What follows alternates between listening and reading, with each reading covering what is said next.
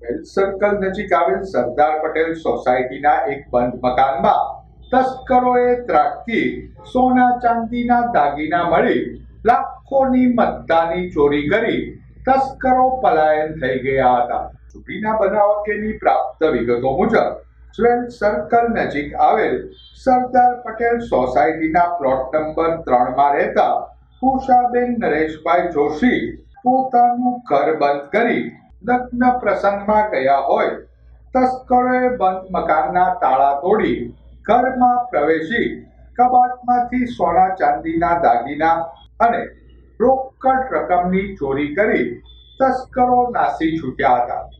થોડા દિવસે ચોરીનો બનાવ બનતા સ્થાનિક વિસ્તારમાં ભારે ચકચાર મચી જવા પામી હતી.